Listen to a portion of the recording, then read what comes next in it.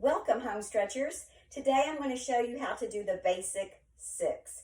These basic 6 stretches are really good for your back. It helps open it up. It can help relieve some back pain that you may be having. And I also incorporate this basic 6 into the regular home stretch program. So we're going to go over these. I will also show you some different modifications that you can do if for some reason something's hurting you. The one thing I want to tell you about pain is, again, we do not work through pain. We just work to it. So work to the pain, not through the pain. However, when you're stretching, there is pain that or discomfort you may feel as you're stretching muscles. That's different than a pain, a real ouchy pain that you would feel like a gotcha.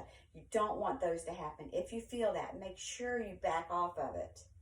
And then you want to just work to that point of where something is really hurting you. Now, if it's just a muscle, stretching and you feel a little discomfort, that's okay. That's just the muscles. But we don't want to have any severe joint pain or anything like that. So if for some reason your knees hurt you, put a little rolled up blanket. Let's see, I've got something here that you can, a little rolled up blanket here. You can put that under your knees. The other place you can put it is when we're doing the first stretch we're going to do, you can have it between your legs here. So you have something to sit on that gives you some support when we do our child pose. Okay? So use these things. You can use blankets, towels, padding, whatever you need. Okay? I will also show you how to do some of these stretches sitting on the edge of a chair or on your sofa, and then you can get some, so you don't have to get down on the floor. If you can't get down on the floor at all to begin with, that's fine. I can show you on each of these what to do so that you don't have to get down on the floor. The first one we're going to do is the child pose. Now, again, put that blanket between your legs if you need to, something under your knees if you need to. We want it to be comfortable and not hurt the joints. But you're going to feel some pull in the muscles. That's okay. Just don't take it too far. So the first one we're going to do is those knees are going to come out to the edge of your mat. You're going to put your big toes together and sit back on your heels. Then from here, you're going to reach your hands down the edge of your mat in front of you. And just kind of wobble back and forth a little bit. Relax your belly and then sink down into it. I like to put my forehead on the floor. And then we're going to breathe. You're going to pull your fingertips away as you inhale. As you exhale, just relax. Inhale and pull. And relax. Now, each of these exercises you're going to want to do for about 30 seconds. So you would do that pulling and relaxing for about 30 seconds, at least 30 seconds. I'm going to show you a way to do this sitting on the edge of your sofa. Now, because my space is small here, my sofa is right here behind me. And you can just sit here, bring your feet a little closer together, and then just reach through to the floor.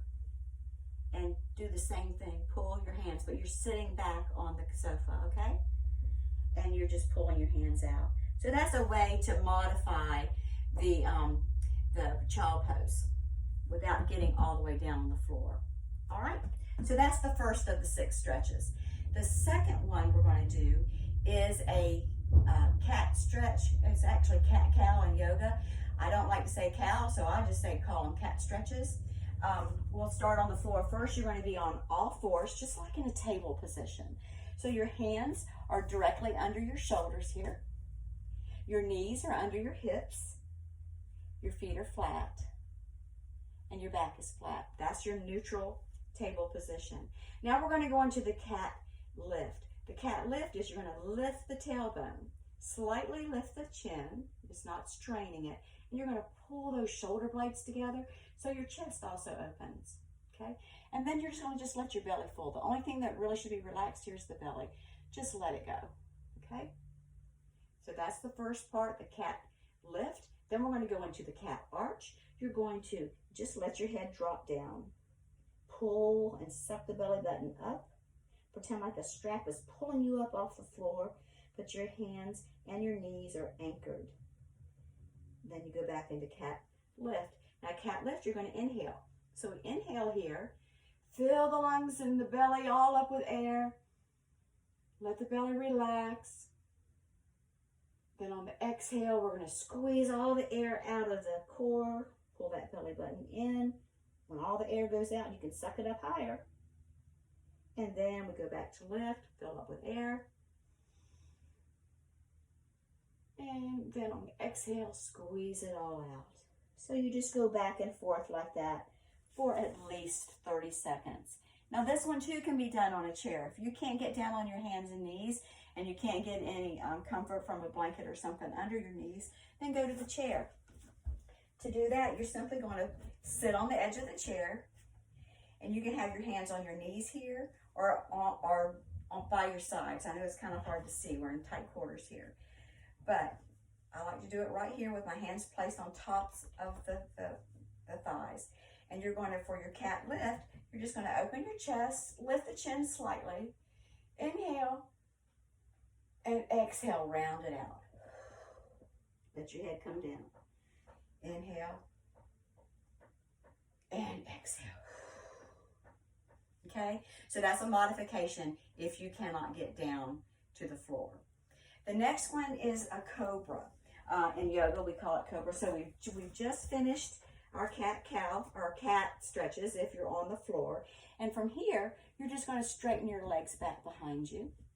You can be on your toes. You can be on the flats of your feet. But then we're just going to let our hips fall through here. Now, if this is painful for you, you can come all the way down to the floor and bring your elbows in. Fold your hands, whatever's comfortable for you. But you're going to still open that chest. Squeeze the shoulder blades together. This is called a Sphinx position. And we're just really arching the back as much as possible, pulling the shoulder blades together and opening the chest. So this will be the lowest position. From here, to progress all the way up, just put your hands right under your shoulders and then just start straightening your arms a little bit more each day till you're eventually up with the arms straight. You can have your feet flat. Then if you want you can curl your toes. Just let those hips sink through. And then you can actually lift the knees up off the floor. That would be the hardest. And then even harder than that, you can keep those feet flat and do an actual upward dog. Okay? This one's a little bit harder to do sitting in a chair. So what I would recommend is, even if you can't get down on the floor, you can do this in bed. You can be laying on your tummy right here. Pull your elbows up under you. You can even grab your pillow or something if you want to. But the idea is to get some stretch and arch here in the lower back, but pulling those shoulder blades together. Okay? So you can't really do that one sitting up, but you could do it in bed. Okay, the next one, we're going to be standing. No, not yet. Next one's going to be our low squat. So from here, we're just going to pull our feet up under us and bring those toes to the edge of your mat. I'll go ahead and do the full squat first, and then I'll show you some modifications. So I have to kind of wiggle wobble back and forth a little bit. My feet are flat, trying to be really loose through the lower back. Then I bring my hands together and take my elbows and push them into the insides of my knees. Okay, so we're opening up this whole lower back section here. All right, so you just want to look out naturally and breathe naturally when you're doing this one. And you will hold that for 30 seconds. Now, some modifications for this. Let's say you can't go all the way down. A lot of people cannot do this stretch in the beginning. It hurts your knees, or you're just not limber enough to do it. So what you can do is just bring your hands. I like to turn the feet out a little bit, even when you're modifying this, because we're working to open up the hips. And if they're here, you're going to close them up. So you want to open, and then just go put your hands on your thighs and just go down as much as you can, trying to keep the chest open and the shoulder blades pulled together. Okay, so you're just kind of right here. And then eventually you can get to where you go all the way down. This can also be done as you're sitting in a chair. Go ahead and sit on the edge of your chair. Place your elbows on the insides of your knees and just open up here as much as you can, okay? All right, so the next one after this is just a standing and reaching position. In a wide stance, go as wide as you can. You don't want to tip over though. I have tipped over in this one before. You just timber. Okay, arms are straight out to the sides. We want to tuck the tailbone under so you'll feel some pull in the groin. Okay, it shouldn't hurt. Ease back up on it if it's hurting, but you want to feel it here. The arms go straight out to the sides. Now, when you're in this position, you've got that groin tucked under or the tailbone tucked under. You're going to pull the belly button in, squeeze and compress your rib cage. Arms are going straight out to the sides. You're looking straight forwards. Now, just imagine that you have a pane of glass here in front of you, a pane of glass behind you, and they're coming in together and squashing you flat. So we're going to hold this for at least 15 seconds. This particular exercise has two parts. The first part is just to stand and reach out to the sides. And then the second part is to tip over. I'm going to show you the hard way first. Your arms will be out to the side, and you're going to look out over the edge as you come to a flat back. Okay? So you're going to feel that all through here, very strengthening, and the back is flat. Now, if you cannot do that, go ahead, bring your hands to your thighs, and then look over the edge. Try to do as much as you can. It does take some balance to do this, and that's another reason why it's so good for your core, is because you're having to use a lot of muscles that you don't normally use to hold this position. But get there the best way you can, and then just tip over. Now, if this is too much for you, this one can be done sitting down too. You're just gonna sit on the edge of your chair or your sofa or wherever, and just go as wide as you can here, and bring your hands to the floor. Okay, you should be able to do the standing up one okay, but the leaning over one, just try to get yourself into the position as much as you can with some support. And eventually those muscles will get stronger enough to be able to do it without the extra support. Okay, the last stretch is a sit and reach. So we're right here. This is where we finished. If you're sitting in the chair, you can do it just sitting right in the chair where you were. But we're going to bring our hands to the floor and lower to a seated position. It doesn't matter how you sit here. If you want to be cross-legged, one foot in front of the other, whatever's comfortable for you. The main thing is that you ground into the floor. We have these things called sits bones. You can feel them. You want to, I have to kind of move some of the other stuff out of the way there. Feel those sit bones on the floor, ground into the floor. From here, we're going to reach up above our heads. Reach as tall as you can.